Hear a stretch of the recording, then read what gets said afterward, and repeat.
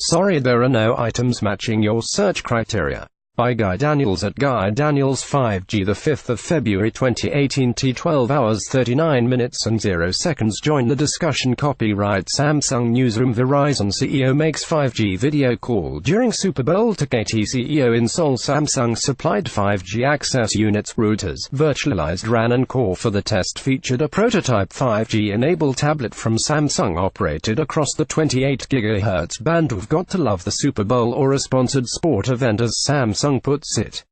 American football might not be your thing, but the game is a magnet for expensive advertising, live acts and as many promotional opportunities as you can cram into a 60-minute game, or about 12 minutes of actual ball-in-play game time. So whilst we congratulate the Philadelphia Eagles on winning Super Bowl 52 last night, let's not overlook another 5G first. At some stage during the razzmatazz, the chairman and CEOs from Korean telco KT and US telco Verizon conducted a live video call using an end-to-end 5G solution from Samsung that included the vendor's first prototype 5G tablet. Verizon was a little more circumspect in its description of the test in its very short news announcement, saying that Verizon chairman and CEO Lowell McAdam and KT chairman and CEO Chiang Gyu Huang successfully conducted the first-ever pre-commercial 5G video call on two fully functioning prototype 5G tablets. Note the emphasis on the phrase pre-commercial, although chances are it will be extremely close to the first REL 15 specification. We assume, in the absence of receiving clarification, that the solution was based on 5G near in NSA mode using the LTE core network, which would still constitute an end-to-end 5G solution. By working closely with industry leaders like KT and Samsung, we are finally making 5G a reality, said Ed Chan, SCP and Chief Technology Architect at Verizon. Seeing Samsung's 5G end-to-end solutions in action, including a working prototype 5G tablet, underscores how important our collaborative relationship has been in helping accelerate the availability of commercial 5G mobility for customers.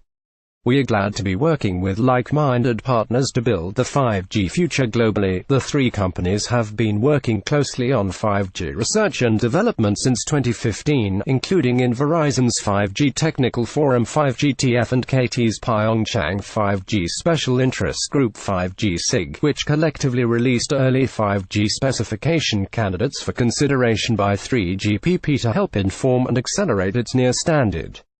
Verizon's McAdam was holed up in a corporate box in Minneapolis for the Super Bowl game, whilst KT's Huang participated from corporate headquarters in Seoul. It brings great pleasure to see where all the contributions we have been making on 5G specifications are leading us, said Hong Beom Jun, EVP and head of Infra Laboratory at KT.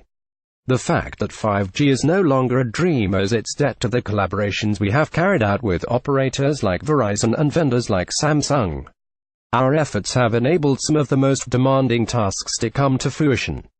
Samsung says it supplied the network infrastructure for the trial, composed of two 28 GHz 5G access units, 5G home routers, virtualized RAN and virtualized core network, as well as the prototype 5G tablet device.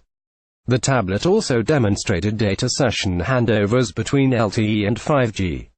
Samsung says it used its in-house technology and assets to develop the first commercial ASIC-based 5G modems and mmWave RFICs, creating one of the smallest 5G radio base stations and 5G home routers.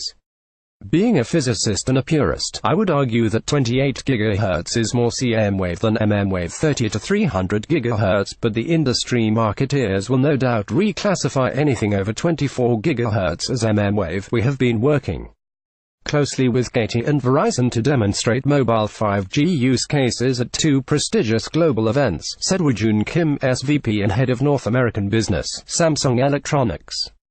This demonstration with KT and Verizon represents a huge milestone for us, showing our contribution to the development of early 5G global specifications and 3GPP near, and spotlighting the next generation Samsung technologies that let operators implement robust new services. Expect a further trial or two when the Winter Olympics begins at the end of this week in Korea.